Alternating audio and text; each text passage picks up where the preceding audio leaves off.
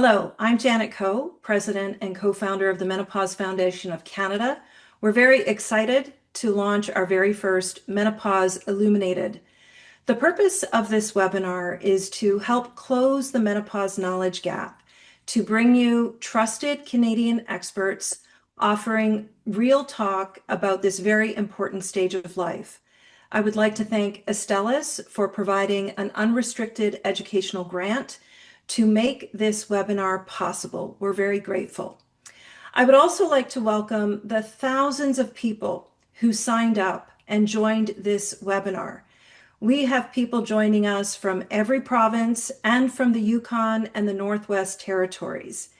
You stepped up and you said, we want to break the taboo of menopause and we want to have this conversation.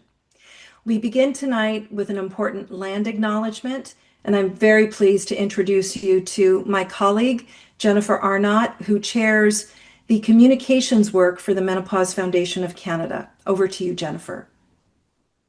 Thank you, Janet. The Menopause Foundation of Canada acknowledges that we live and work on the traditional territories of First Nations, Inuit, and Métis peoples who have cared for this land, now called Canada, since time immemorial. We recognize land that is shared through historic treaties, developed through contemporary treaties, and land that continues to be unceded territory. We are grateful to those peoples who have come before us and those who live and work alongside us now. Thank you. Thank you, Jennifer. Our roadmap for this Menopause Illuminated webinar series is really guided by you, by the questions that you submitted in advance of this discussion. We'll do about 30 minutes of conversation with our expert this evening, followed by 30 minutes of Q&A. Without further ado, it is my great honor and privilege to introduce our first Menopause Illuminated trusted expert, Dr. Shafeena Premji. Dr. Shafeena Premji is a highly respected family physician specializing in women's health. She is a certified menopause specialist who is recognized for her expertise. She serves as a board member of the Canadian Menopause Society. This is the group of physicians, OB-GYN specialists who work on the clinical practice guidelines related to menopause care in our country. She's also on the medical advisory board of the Menopause Foundation of Canada. I think she's truly a visionary leader when it comes to women's health. She has founded and directs 2 family care practices, and she established Milestone, a menopause center in southern Alberta. She's a sought-after speaker, a media contributor, and she speaks regularly at medical conferences, and she's really dedicated her life to educating other healthcare practitioners about women's health and menopause in particular. Welcome, Dr. Premji. Thank you, Janet, for such a warm welcome. It's such an honor to be here with you today. Thank you so much for being our first expert to talk about menopause. I thought we could start by attuning everybody to a more positive impression of this stage of life. I think menopause is often viewed very negatively, and the image of the woman in menopause is often framed in a very negative way. So I believe that menopause is really the prime of life and that we have so much to contribute. What do you think women have to look forward to during this stage of life? As a menopause specialist and a family doctor as well, when I see a patient coming into my clinic, whether it's for a routine menopause follow-up or a new consultation, to me, this is an opportunity for a woman to reclaim her identity. Midlife to me is a way for women to find themselves again. I know that as women, we go through the reproductive years. There may be women who are trying to conceive, who are able to conceive. There are women who be able to carry a pregnancy, go through childbirth, postpartum breastfeeding. And then a lot of times we as women get lost in that kerfuffle of life, right? Our families, our careers, maintaining our homes, and we sacrifice our own health and our own well-being. So when patients come to me for a menopause consultation, I tell them that this is not a diagnostic treatment that I'm offering you. This is a self-care appointment, an opportunity to reprioritize your own health, an opportunity to reevaluate some of your priorities, some of your current schedules, how you're managing your life and all of your obligations, and really to say it's okay to want to make your health a priority again, to want to make change in a deliberate way, and really to offer women the opportunity to improve the most important relationship that they have, and that is the relationship that they have with themselves. Oh, that's beautiful. I love that. I do think it's just a great opportunity to reconnect with yourself. And so often as women, we don't prioritize our own health. So this is really a great opportunity to do that. All right, we're going to dive into our conversation tonight, really guided by the many questions that we received from people who signed up to the webinar. The first area of focus I'm calling What's Going On? I think, this is a stage of life that can be very confusing for many people, myself included. Too many of us don't understand the changes that are happening within our own bodies. We are often blindsided by the things that are happening because we lack the knowledge to understand. My own story was not even knowing what perimenopause was, having all these symptoms that I couldn't connect the dots on, and actually leaving a senior vice president role at the age of 48. So this is still too much of a mystery for too many women. Some of the questions we received were, how do I know if I'm in perimenopause? Can menopause symptoms start before your period stops? Is it normal to still have periods at 55? So, Dr. Premji, please dive into the hormonal change and shifts and help us navigate this. So let's talk about why menopause even occurs. So as infants, when we are fetuses inside of our mom's tummy, we actually have the highest number of follicles in our ovaries. When we are born as a newborn, as women, we have around 1 million to 2 million follicles or small eggs in our ovaries. And despite many of the cells in our bodies that are able to reproduce or regenerate, when we are born, we are given a finite number of follicles, and when those follicles run out, that technically is considered menopause. Now, in general, we're born on average with about 1 million follicles in our ovaries. When we hit puberty, it goes down to about half. And by the time we actually enter menopause, we only have about 1,000 follicles left in our ovaries, but they're no longer capable of ovulating. So menopause is really a function of ovarian aging due to a depletion of these follicles or these eggs. The average age for women globally is around 50 to 51, but it can range from 45 to 55. And the way menopause is diagnosed is once you've gone a full 12 months without a period, assuming that you're still getting periods. So if a woman has had a hysterectomy, if she's had an endometrial ablation, or if she's had a Mirena IUS intrauterine system placed inside the uterus that prevents a woman from getting regular periods, it can mask when that actually happens. Now, there's this whole question around perimenopause, as you mentioned, and for many women, it's still a big mystery because it's hard to determine when that actually begins. When we look at the literature, what we understand now is that perimenopause lasts for several years, and it begins sometimes with period changes. Sometimes it begins with mood changes, sleep disturbances. And if perimenopause is anywhere from 4 to 7 and sometimes even 10 years, this can actually begin in your late 30s and early 40s. So recognizing it earlier is important because then you can actually advocate for yourself and try to have a better understanding about what's going on with your body. Now, perimenopause is broken into 2 sections, an early and a late stage. In the early stages, you're still getting regular cycles, but they're a bit off in terms of, they're not perfectly exactly 28 days anymore. And when you enter into the late menopause transition, that's when you're really beginning to see cycle changes where you're skipping periods for a whole month. And that is when those hot flushes and night sweats usually really begin to pick up. And then they last on average 7.5 years. So that's kind of what menopause is. That's what perimenopause is. Women can also go into menopause if their ovaries both bilaterally are removed surgically, or if she's had maybe chemotherapy or radiation that might have affected her ovarian function. Now, it's important to also understand that if women go into menopause under 45, that is considered early or premature menopause. If it's under 40 or early menopause, it's between 40 and 45. There's so much there that we're still learning about. Just that, perimenopause is really new to people, but also, as you described it, there's like the early menopause transition and the late menopause transition in perimenopause, which I think is new for many people. So thank you for that explanation. Something else with perimenopause that people ask is, how do I know if I don't have a uterus, I've had a hysterectomy, or I'm no longer having periods for whatever reason? How do I know when I'm in it? Is it just based on symptoms? It is based on symptoms. And the reason why is that during the menopause transition or perimenopause, there's a lot of fluctuations in periods and cycles, which also then means that there's a lot of variation in your hormone levels, both your estrogen and your progesterone.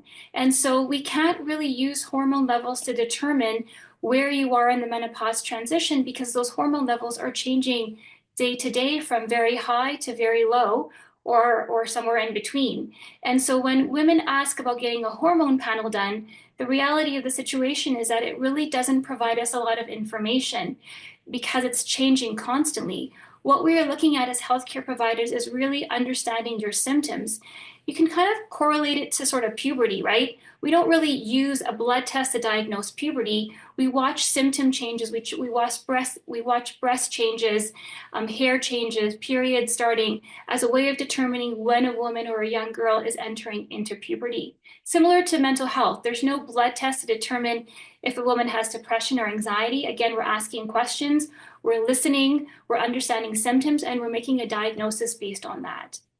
It's so good to know. And I think just to summarize for women, average age to reach menopause 51, but most women enter between 45 and 55, and perimenopause can begin up to 10 years before that. And then you're in menopause for the rest of your life. So we're actually in this stage of life for, depending on how long we live, for up to half of our lives, which is pretty incredible that we don't know as much as we should. Okay, we're going to move on to our second theme. We received many, many questions about hot flashes and night sweats, those vasomotor symptoms. Now, these are symptoms that most women actually do understand and do know are associated with menopause. But many women are really desperate for relief. They find them very disruptive. The night sweats impacting their daily lives and sleep. Some questions we received: why are my hot flashes still so bad, even after all these years? How can I stop waking up drenched in sweat every night? Are there real solutions that work for hot flashes, or do I just need to live with it? What say you, Dr. Premji? So 80% of women experience hot flashes and night sweats. As you mentioned, it is the hallmark of menopause, and it has a significant burden on quality of life. And it's not something that just sort of comes and goes. We know now from literature that this can last for, on average, 7.5 years. There are also ethnic differences in that African American women and Hispanic women do experience them for a prolonged period of time, and also the most severe as well. We can quantify hot flushes and night sweats as mild, moderate, or severe. Mild meaning that you get the sensation of feeling warm, but you may not have any sweating, or you may not need to stop what you're doing. A moderate hot flash is where you feel warm and you also are sweating, but again, you're able to continue what you're doing. And then a severe hot flash is where you experience that warmth, you also start sweating, and you have to stop what you're doing to be able to manage that hot flash. In my world, whether it's mild, moderate, or severe, if it's affecting quality of life, it needs to be addressed. There are also implications to having hot flushes and night sweats. We now have understanding that this actually might be a biomarker for heart disease. So we can't ignore this. And there's also the trifecta that I call it. And that trifecta is that for women who are having hot flushes, in particularly at night, it's going to be affecting her quality of sleep. She's going to wake up more irritated. She's going to have more cognitive dysfunction. She may have depression or anxiety because that sleep is being affected. So it's very important that as healthcare providers, we really understand what is the impact for these hot flushes, both during the day, especially if you're in a senior position where you're doing presentations and having hot flushes, or even if it's a job where you're not able to manage because of maybe a uniform that you have to wear. So how is it affecting your quality of life daytime as well as nighttime? When we talk about treatment of vasomotor symptoms, we now have good understanding across the world from the Canadian Menopause Society, the Menopause Society in the US, as well as the International Menopause Society, that for women who are under the age of 60, within 10 years of their final period, that if they are having bothersome hot flushes and night sweats, menopausal hormone therapy is considered first line therapy. That means that we offer that, or we should offer that to patients as first line therapy if they don't have any contraindications. So it's important for women to understand this and know that this is a very safe and very effective treatment for treating hot flushes. It can reduce symptoms by 80 to 100%, and it takes 4 to 6 weeks. So women are very, very relieved when they come back to the office and tell me it's really changed their life and their quality of life. So we really want to highlight to women that there's, very good, excellent data across all the societies in the world that hormone therapy is very, very effective.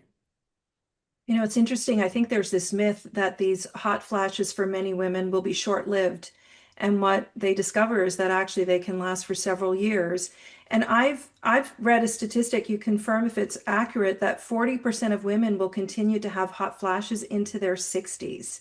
That's correct. And 15% will still suffer in their 70s. And so, when we talk about treatment, obviously hormone therapy is still considered first line therapy, but I do want to address the women in the audience tonight who may have contraindications to hormone therapy, that we now have very effective non-hormonal therapy prescriptions as well to support women. It's important for them to understand that they are not left, hanging and in silence, that there are new available drug products that we have available to help support these patients as well. And the reason why is because now we actually understand the physiology of how hot flushes occur. We understand the area in the brain that controls the temperature regulation of our body, and it's called a group of neurons called the candy neurons in our brains. And so by mitigating the candy neurons through a new class of medication, we can actually target these candy neurons and control hot flushes without having to use estrogen. Yeah, it's very exciting time actually for women who have hot flashes and night sweats, that you do have a gold standard treatment and then there's these new treatment options available. I know we have people who ask the question, what if I don't want any prescription medication? What can help my hot flashes? I was wanting to I wanted you to ask me that question. And the answer is that one very, very effective and evidence-based way of managing hot flushes that doesn't require a prescription is cognitive behavior therapy. And what that really means is that how we perceive our hot flush, the beliefs and perceptions we have about a hot flush in a particular situation, will actually allow a woman to be able to manage and cope and manage that hot flush in a more effective way. So we have excellent data that cognitive behavior therapy, specifically to treat hot flushes, is very, very effective. That's great. So we are now going to move into our next theme. Many, many questions about genitourinary issues and sexual health. Now, this is a very hard topic for women to talk about because there still is a lot of embarrassment associated with conversation related to our sexual health. Women are struggling right now with vaginal dryness, burning, itching, and recurrent UTIs, pain with sex. We have thankfully normalized male sexual function. So it is not shameful to talk about erectile dysfunction. It's very easy for men to have that conversation.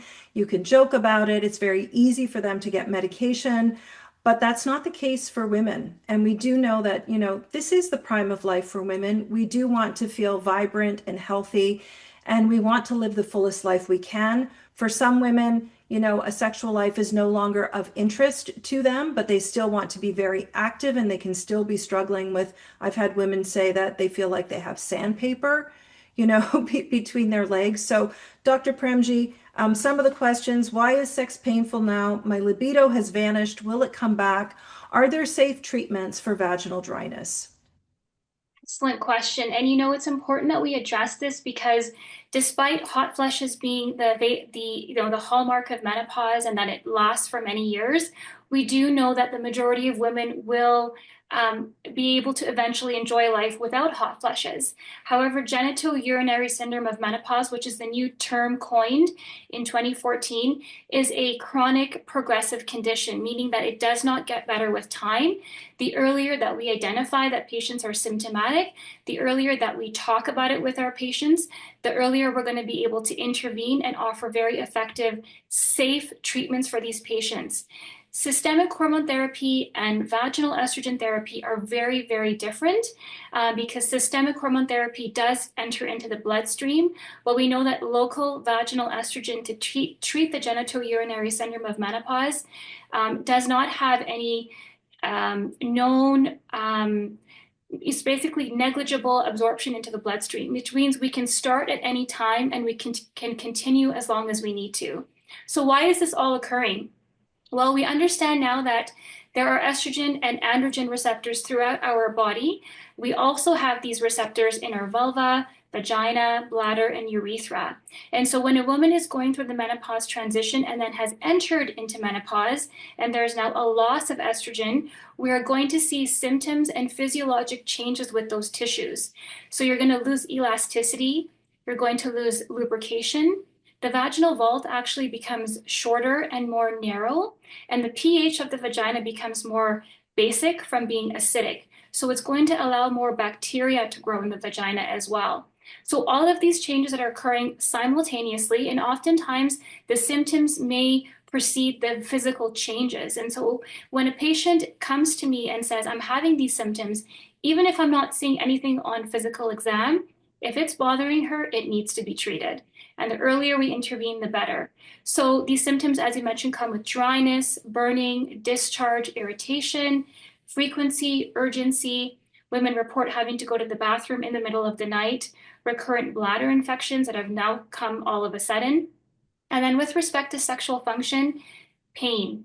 Pain with insertion, pain with penetration, sometimes even bleeding. It feels like razor blades or sandpaper, as you mentioned. So when we talk about the therapies, here's what we have. We have initially lubricants. So lubricants really provide some management of friction during intercourse. If your symptoms are worse and that's not working, then we talk about vaginal moisturizers, which help draw hydration into the vagina. We have many available non-prescription products that you are able to access and use regularly 2 to 3 times a week, like you would put a moisturizer on your face. And if your symptoms are still bothersome beyond using lubricants and moisturizers, we now have several safe and effective estrogen products, as well as a estrogen and androgen product as well. These products have different vehicles. Sometimes they're creams, sometimes there's an insert, sometimes it's a tablet. And really what I do with patients is I sit down with them. I have a little a laminated document, and I walk through all the different products with them. And really they ask me, so what's your favorite one, Dr. Premji? And my answer is, which one are you most attracted to? Which one do you think you're going to be most likely to use regularly? And that's the one that you want to use. And if it doesn't work for you, we have lots of other options. You're not stuck. And it's important for women to understand that when we start treatment, compliance is important. We can't start and then stop. You will maintain the benefits of your treatment if you continue to use it regularly. That's great news. Very good news. Follow-up question on that. I was chatting with a woman the other day who is early 60s, and she said she's been using the vaginal moisturizers regularly, and she still has very, very bad symptoms. My understanding is that moisturizers do not address the cellular level and the changes that are happening. And because you said this is a chronic condition that gets progressively worse over time, is it then in fact true that if you want to deal with the root cause, you have to go to one of these prescription medications, the vaginal estrogen being the gold standard? Yes, absolutely. They're very, very effective. And I also want to highlight to patients that when they get their prescription and they go to the pharmacy and they open their box, they're going to see a black box warning that says estrogen is going to cause stroke, heart attack, breast cancer. I advise and counsel my patients before they even get to the pharmacy that black box warning is really for systemic hormones, not for local vaginal estrogen. And so they don't need to be afraid. When you compare the amount of estrogen in a vaginal estrogen therapy, one specifically called Vagifem, if you use Vagifem every a day for the first 2 weeks, which is how it's prescribed, and then 2 times a week for an entire year, that collective amount of estrogen that you are absorbing or getting is equal to a quarter of a single birth control pill. So really, I'm trying to highlight to patients and to women who are listening today that vaginal estrogen is very, very safe, and there is very negligible systemic absorption. So don't be afraid of it. Use it, and use it regularly, because it will make such a difference to all of these symptoms: vaginal symptoms, urinary symptoms, and your sexual function. Mm, yeah, so good to bring up that notion of fear, because I think we've been making as women a lot of decisions based on fear of these very safe and effective products. And just as a reminder, as Dr. Premji said, you can start these products when you're older. You can be 60 or 70 and you can stay on it for as long as you'd like to stay on it to support you. We're going to shift gears here now and move to the big topic, speaking of fear and concern and confusion. And we probably receive the most questions about menopause hormone therapy, which is also referred to as hormone replacement therapy, very commonly online in the US. So most women refer to it as HRT, but I know that we're trying to get people to talk about it as menopause hormone therapy, because we're not actually replacing all of the hormones that we would have when we were before we reached menopause. So women want clear guidance. They want to understand the benefits, the risks, and they want help sorting through it all. So some of the questions that we received were, do I have to show a lot of symptoms to get HRT? I've been told not to take HRT, but I'm suffering. What are the real risks?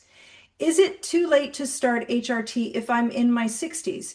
There's a real hunger for clarity here, Dr. Premji. So talk to us about menopause hormone therapy, please. Okay, that's a lot of information that I'm going to share. Let's get started. So let's talk about the various guidelines, because when we as menopause physicians are prescribing anything to patients, we really need to follow what the Canadian, American, as well as the International Menopause Society guidelines are advising us, because then we can be sure that we are providing safe and effective care for our patients. So the Canadian Menopause Society states that for women who have bothersome night sweats and hot flushes, that hormone therapy is considered first line for women under the age of 60 or within 10 years of their final period. In the US, the indication is not only for hot flushes and night sweats, it also includes for the prevention of osteoporosis. And if you look at the International Menopause Society guidelines, it's for hot flushes, for bone protection, as well as for treatment of mood disturbances and sleep disturbances, amongst other menopausal symptoms. So we know that there's a green light for hot flushes for sure. And if women are experiencing that, the bottom line is quality of life for women is important.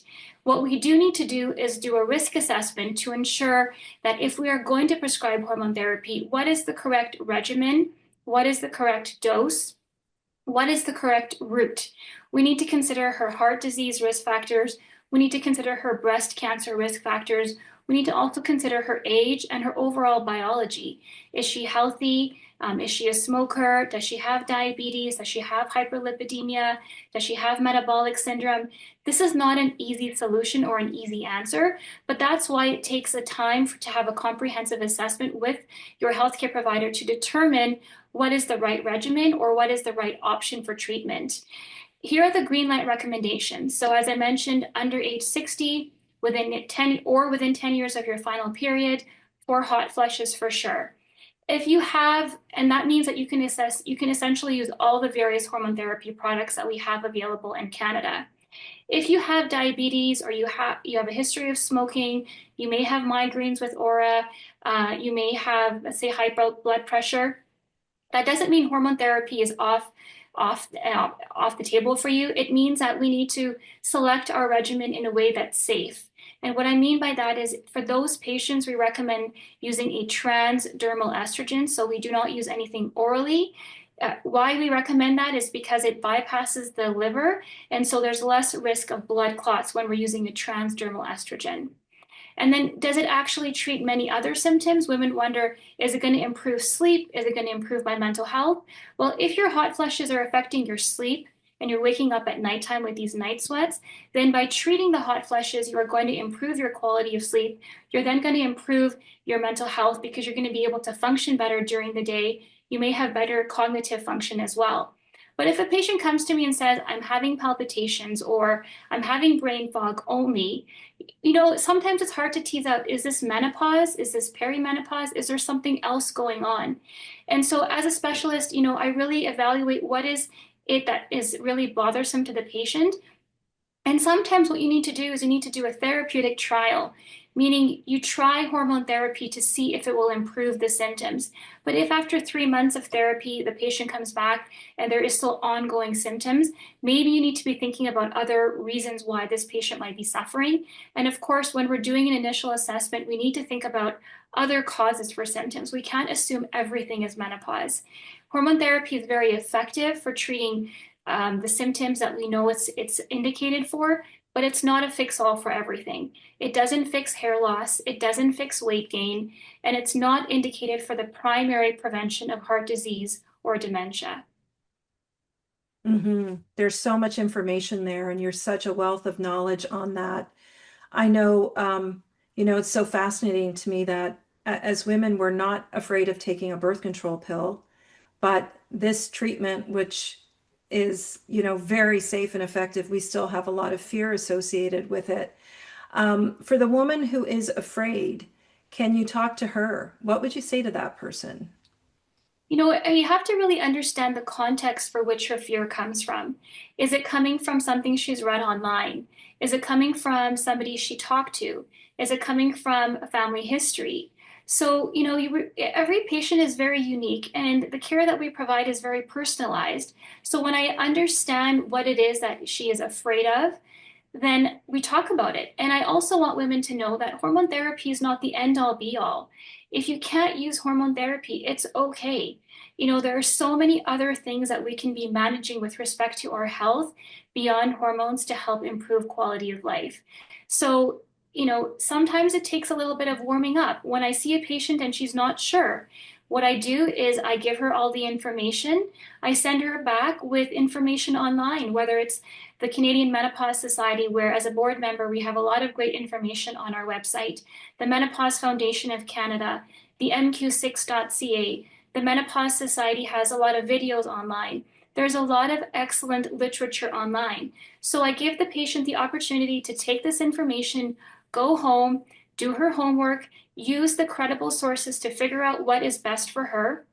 When she comes back 3 months later, we have another conversation. And at that point, she can make a more informed decision. It's not appropriate for me to be pushing hormone therapy or not pushing hormone therapy or really telling a patient what to do. This is a collaboration between me as the healthcare provider and the patient. And it really is a lot of back and forth and what I call shared decision making. Yeah, I love that because I think women need to have the agency to choose, to determine what is right for them, because what might be right for one person or what worked for me may not work for you. And the wonderful thing is that we have many, many options available and many paths that people can take. We are going to shift gears right now and move into the Q&A portion. We are receiving lots of Q&A that are coming through online. Let me see here. 50-year-old female had hysterectomy 15 years ago, have had symptoms, perimenopause symptoms since hysterectomy. What lab work would you conduct to determine what HRT I should be on? And I just want to say up front that this is not medical advice that we are providing you with. Everybody still needs to make sure that they see their own healthcare provider. So Dr. Premji may not be able to get very specific about your unique situation, but we will do our best to offer you some guidance and direction. So for this patient who is 50, has had a hysterectomy and symptomatic since the age of 35 when she had her hysterectomy, We're not looking for any blood tests to confirm the diagnosis. If you're symptomatic and you're in that age range, the most important thing is to be doing lab work to rule out any other causes of your symptoms. And if once we've done that and we've done a risk assessment and you otherwise are having typical menopausal symptoms, you don't have any contraindications, then I would be offering you hormone therapy. If you are a woman who does not have a uterus, that would look like you would only need estrogen. There is no need for a progesterone. When we talk about hormone therapy, if you have an intact uterus, it's estrogen and a progestogen. If you've had a hysterectomy, it's estrogen alone. And the reason why is because we have to understand what estrogen does to the lining of the uterus. And the best way that I've now used as an analogy to help women understand is that estrogen, the lining of the uterus, is like a plant. When you give a woman estrogen, it is beginning to grow the plant or thicken the uterine lining, which increases the risk for endometrial hyperplasia, which is a precursor to cancer of the uterus. So what we need to do is we need to bring in a gardener or a lawnmower to control the plant or to control the growth of that plant or the growth of the lining. So progesterone is like the gardener to control the lining of the uterus. But if you don't have a uterus, you don't need a gardener. You don't need progesterone. So for this patient, if she's symptomatic, we've done a risk assessment, we've ruled out other causes for her symptoms, then her treatment would be estrogen alone, whether it's oral or transdermal, would really depend on her risk assessment. Thank you, Dr. Premji. We're getting a lot of questions coming through about mood and mental health. So questions like, why do I feel like I'm losing my mind? Is brain fog, that's a brain fog question. We can get to that one afterwards. Is anyone else really angry all the time? So can you talk a little bit about menopause, the transition, and its effect on mood and mental health, because women do report feeling low mood or sometimes rage or sadness? Rage, irritability, short-temperedness is a very common thing I hear from many patients. And in fact, 2/3 of women do, at minimum, do experience some mood disturbances during the menopause transition. And we now have a really good understanding that not only does estrogen affect the brain in terms of the temperature regulation, progesterone also affects the brain. So we call it a neuroendocrine connection. What's happening to the ovary, what's happening at the hormone level has an effect on the brain. So when we talk about progesterone in particular, we understand that when it's metabolized, it is metabolized into allopregnanolone, and that allopregnanolone actually has an effect on GABA receptors in the brain. And those GABA receptors allow us to feel calm, relaxed, and more regulated. When we have a drop in that progesterone level, we have an effect on those GABA receptors, and therefore there is a change in those effects. So we don't feel as calm, we feel more enraged, we feel more stressed, we feel more irritable. So we understand why this is occurring because there's a change in hormone specifically related to progesterone. The other thing we also understand is that women who have a previous history of depression, a previous history of anxiety, postpartum depression, postpartum anxiety related to hormonal changes, or even PMS when you are actually still getting menstrual cycles, those women are at heightened risk of developing mood disturbances in the perimenopause. So it's sometimes hard to tease out, is this hormones that's causing it, or is there still an underlying, depression or anxiety? And it's hard to tease out sometimes which one it is. We have good literature now to support that for women who have perimenopausal mood disturbances, hormone therapy can be as effective as an antidepressant or an anti-anxiety medication. However, if a patient comes back to me on hormone therapy and is still suffering, I'm still considering, a diagnosis of depression or anxiety, and she may still need actually to use an antidepressant in conjunction with her hormone therapy. Thank you so much. That was very comprehensive. We're getting a number of questions around supplements for mood and mental health, supplements for vasomotor symptoms. Can you talk a little bit about supplements? Because this is a really big conversation for women. As patients, I fully understand how difficult it can be when you feel lost and when you're trying to either get in to see your family physician or waiting for a long time to see a specialist, and you're trying to figure out how you can support yourself. And of course, when you go to a health food store and you see supplements and they are specifically targeting the symptoms that you are feeling, it's very enticing to want to go and purchase that. Now, number one, these supplements may have Health Canada approval, but they do not go through rigorous testing like these pharmaceutical products that we have that are Health Canada approved. The other thing also is that when tests are done on these supplements, they are small sample sizes. The patients or the people in the study are very few in number. They have maybe more milder symptoms, and there's often not a placebo group. So the literature currently does not support the use of supplements in treating menopausal hot flushes. I know there is a very strong placebo effect, and even more so if you have a depression or anxiety component to that. And if for you, you feel like it's making an improvement in your symptoms, I'm not going to tell you to come off of it. But when we look at the literature, there really isn't a lot of good support or evidence to support their use in managing your symptoms. And on top of it, they're very, very expensive.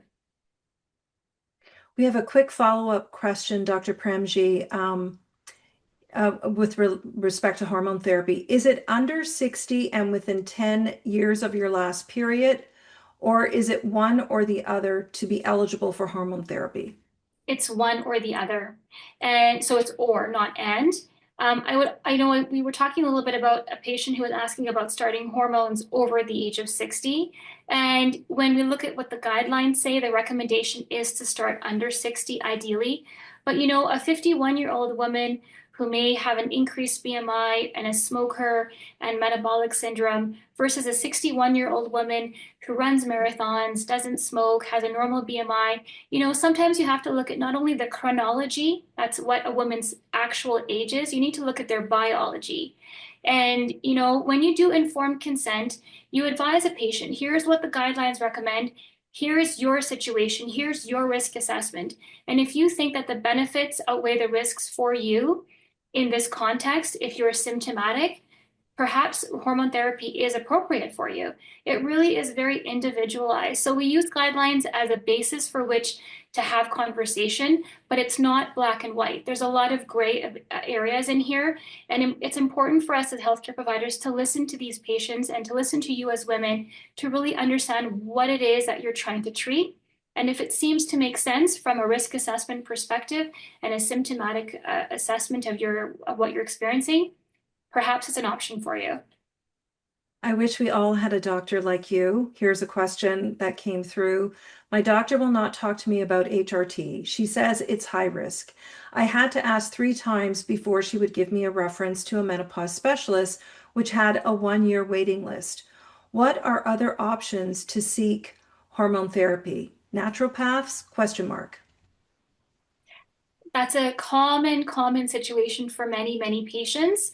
And, you know, a lot of patients come to my office and say to me, I love my family doctor, but, and that but is they are not able to help me with my menopause transition. They aren't validating what I'm experiencing. They're not able to prescribe me something.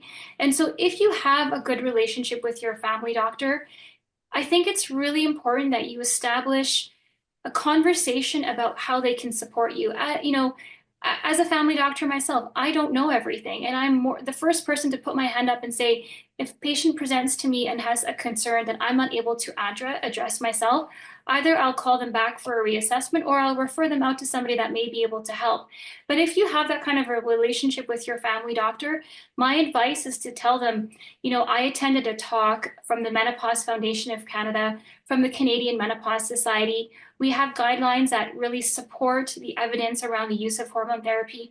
Can I offer you some tools to help guide me? You know, if you take them to the Menopause Foundation of Canada website, there's a really nice step-by-step process about how to discuss this with your healthcare provider.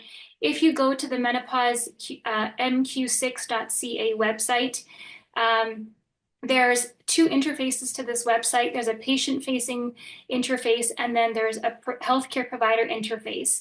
And there's actually a 1-page PDF algorithm that will allow a family doctor to be able to work through this algorithm to help determine what potential hormone therapy they can initiate for you. And there's also all the Health Canada approved hormone therapies that we have in Canada are also listed. So you can be sure that the prescription that you're getting prescribed from your healthcare provider is actually Health Canada approved. With respect to naturopaths, it's difficult for me to really address that because different naturopaths prescribe and provide care very differently. What I would say is that when you meet with a naturopath, if there are some red flags, then I would potentially run away. And those red flags are they charging you for unnecessary hormone levels? Are they asking you to do non-evidence-based salivary gland testing or Dutch testing? Are they prescribing you compounded hormones which are not approved by Health Canada? Are they charging you for other things that really are not part of guidelines? And if that is the case, then that is sort of a red flag that you may want to step away or look for another provider. And then in the interim, while you're waiting, as I mentioned, there are many other resources. Another wonderful resource I recommend to patients is a podcast. It's called Aging Powerfully with Melissa Grello.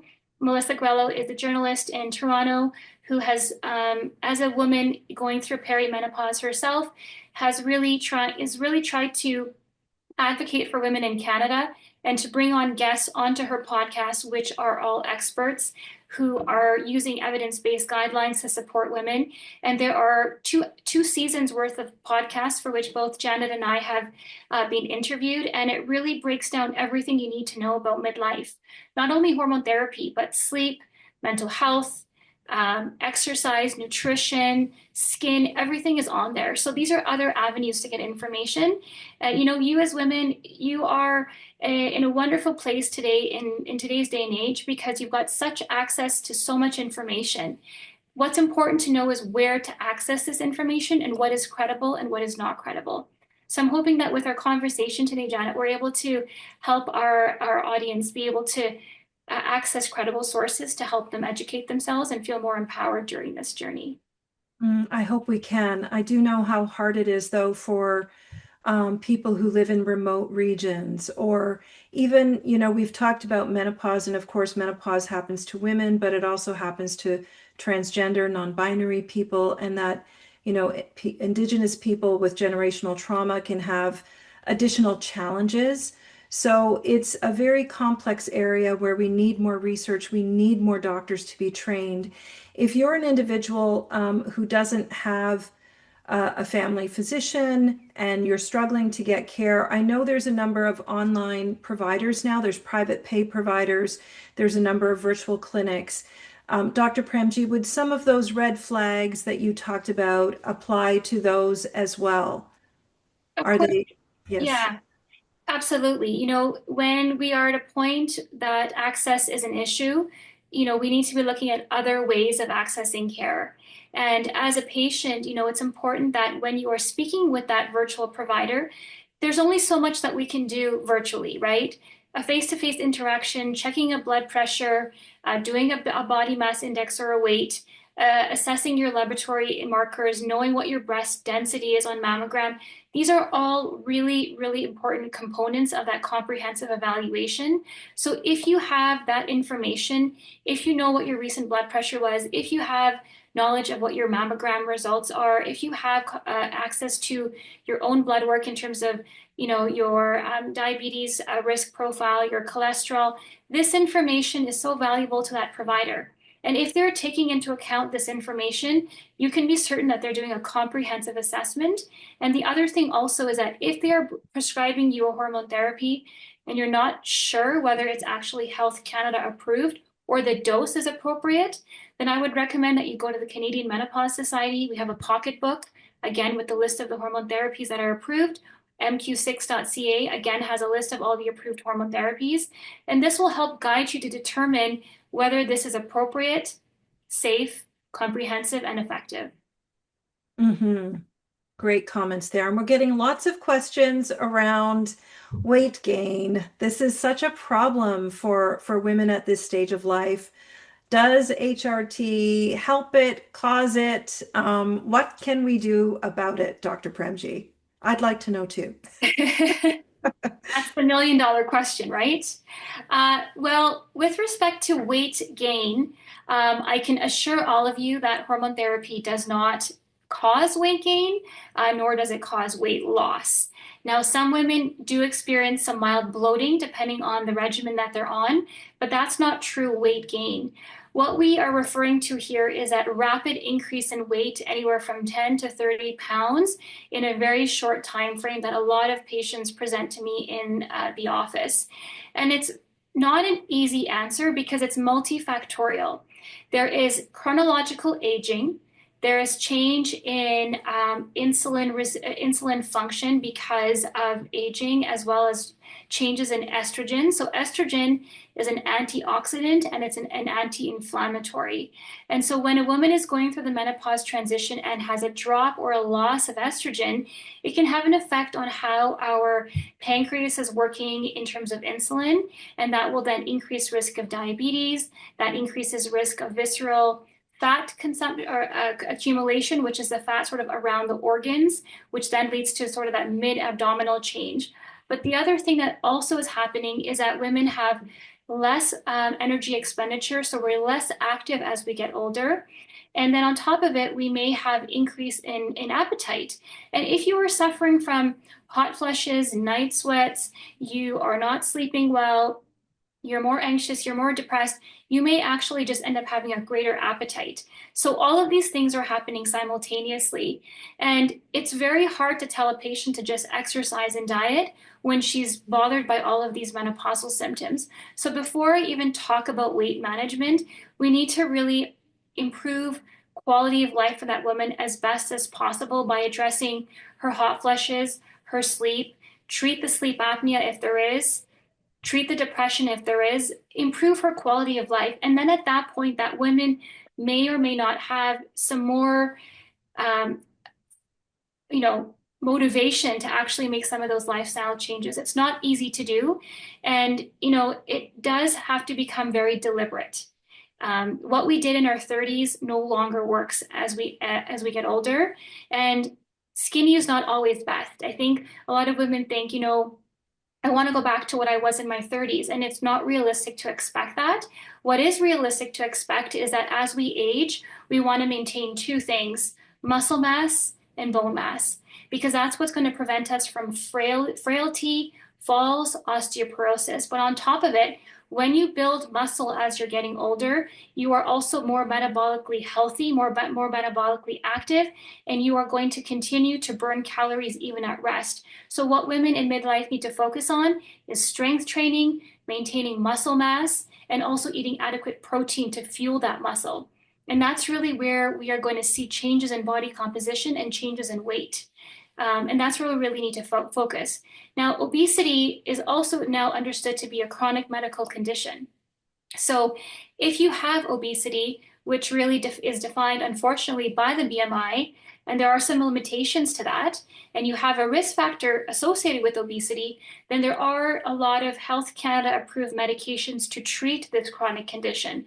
So similar to treating hypertension or high blood pressure, you use medication for a long period of time. There are medications that are now being available, including the GLP-1 agonists that may, like Ozempic, that we know about, that may also be potentially a part of the regimen. And it's not a quick fix. It's not a weight loss drug. It's a medication to treat a chronic condition, which is obesity. And that requires long-term use. So it's very complicated. It's not straightforward. There's many nuances to it. And really identifying each piece of this puzzle is really part of the treatment paradigm, and it takes time. It's not a quick fix. It is a bit of a puzzle, right? That we have to, as you said off the top, it's our moment to prioritize our health. And that's why I personally really like to think about menopause as a health transition, because it is this whole body experience and it can affect you in so many ways. There isn't like a magic bullet or a magic pill that you can take that is going to address everything that you might be experiencing. We've had a number of questions, Dr. Premji, about osteopenia, osteoporosis. So we know that hormone therapy can prevent bone loss. People have asked, I'm in my 50s, I've been diagnosed with osteopenia. Can I take hormone therapy? And then there are a number of questions from people who are over the age of 60. and they have osteoporosis already, and if hormone therapy for bone loss prevention is something that they should be considering. Great question, Janet. And again, not straightforward. It's hard to sort of generalize all of these questions to individual patients. But the overarching answer would be that we do know that hormone therapy does have an effect on bone prevention, or sorry, bone loss and osteoporosis prevention. But again, we need to understand what the dose is, because that can have an effect as well. And when we're looking at assessment of osteoporosis, what we're really trying to understand is a woman's risk of fracture. We're worried about the risk of fracture. And so looking at a number in and of itself is not enough to be able to determine what is her risk of fracture. What we use is the FRAX score, F-R-A-X, and we're looking at the patient's bone density scores in terms of her T-score, but we're also taking into account her age, her weight, her risk factors, so low BMI, long-term use of prednisone, maybe family history of hip fracture in her mom or her father, maybe she's got hyperthyroidism. There are many risk factors that we need to be looking at. And so Osteoporosis Canada has a really good outline of what to consider in terms of risk factors for osteoporosis. My understanding is that when you have established osteoporosis, hormone therapy is not first line. First line to prevent fracture is those bisphosphonates. And, hormone therapy may have a role, but it's important to not forget what the Canadian osteoporosis guidelines do recommend to treat and prevent fracture. And that's where those bisphosphonates come along with many other therapies as well. So I would say, it's part of the solution, but may not be the full solution. We still need to be doing strength training, weight bearing exercise, vitamin D, at least 600 to 1,000 international units per day, dietary calcium of over 1,200 milligrams. The osteoporosiscanada.ca website has a beautiful calcium calculator. It outlines this very, very well. So really what I want to highlight to patients, as you mentioned, is that this is a health transition. Medication can only do so much. It's important, it's valued, it's important to think about. But as women, this is such an opportunity for us to, as I mentioned earlier, make our health and ourselves a priority. Learning to say no things that are not fulfilling us and allowing us to care for ourselves. And so kind of reframing where our priorities are is super important, and we're here to support you through that. Yeah, so hard to do with so many priorities, but it's critical for our health and longevity. Last question, and only a minute to respond, Dr. Premji. Question around, people who have early menopause or cannot, for whatever reason, take estrogen. Are they doomed to have high risk in their old age? Do they have other options for hot flashes and night sweats, or just to live as fully and as they can as they manage through some of these other symptoms? So are you speaking about women under 45, or are you speaking about women just in general who cannot use estrogen? Because it's a really different picture if you are in early menopause versus an average woman going through menopause who may not want or cannot use estrogen. It's not clear. Let's say an average woman. Okay, so no, you are not doomed. Hormone therapy is not the end all and be all, and I don't want women to feel like they're missing out. There are many non-hormonal therapy prescriptions, and we didn't get into it too much. But as I mentioned, we now understand the role of the KNDy neurons in the brain and how they control our temperature regulation in our bodies. And for women who cannot use estrogen, who are suffering from hot flushes and night sweats, fezolinetant is the new product on the market, available as of December 2024, has been approved and used in the US and Europe for almost 2 years now, and is very effective in treating hot flushes and night sweats, reducing them as early as a week after initiation. And if that is something that you may want to consider, again, you can speak to your family doctor. You don't need to go to a specialist to get this prescribed. It is available even to family doctors to prescribe. We talk a lot about, again, medication, but let's talk about lifestyle. What can we do to manage our stress, our sleep, our mental health. There's so much we can be doing. It is, a day by day progress. Consistency is important. It's not a quick fix solution. I understand it can take time for a woman to find herself again. But remember that if you are not able to use systemic estrogen, if you're having GSM symptoms, we can still use vaginal estrogen. So, there's lots of different permutations and combinations to how every woman can go through the menopause transition and continue to thrive in menopause. You can share your story, Janet, because you have a story to share.